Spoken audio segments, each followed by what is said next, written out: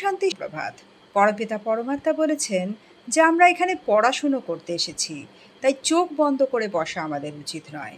কারণ চোখ বন্ধ করে যদি পড়াশুনো করতে বসি তাহলে সেটা অসুবিধাজনক হয়ে যায়।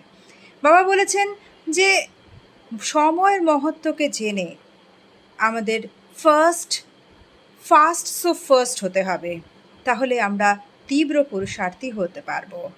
বাবা যে বরদান আমাদের দিয়েছেন যে লাস্ট সো ফাস্ট ও ফাস্ট সো ফার্স্ট হতে হবে, তো সেই বরদানকে সামনে রেখে যদি আমরা স্বরূপ হতে পারি, তো তাহলে আমরা বাবার আশীর্বাদ পাবো এবং তখন আমরা তীব্র গতিতে এগিয়ে যেতে পারবো, তীব্র পুরুষার্থী হয়ে।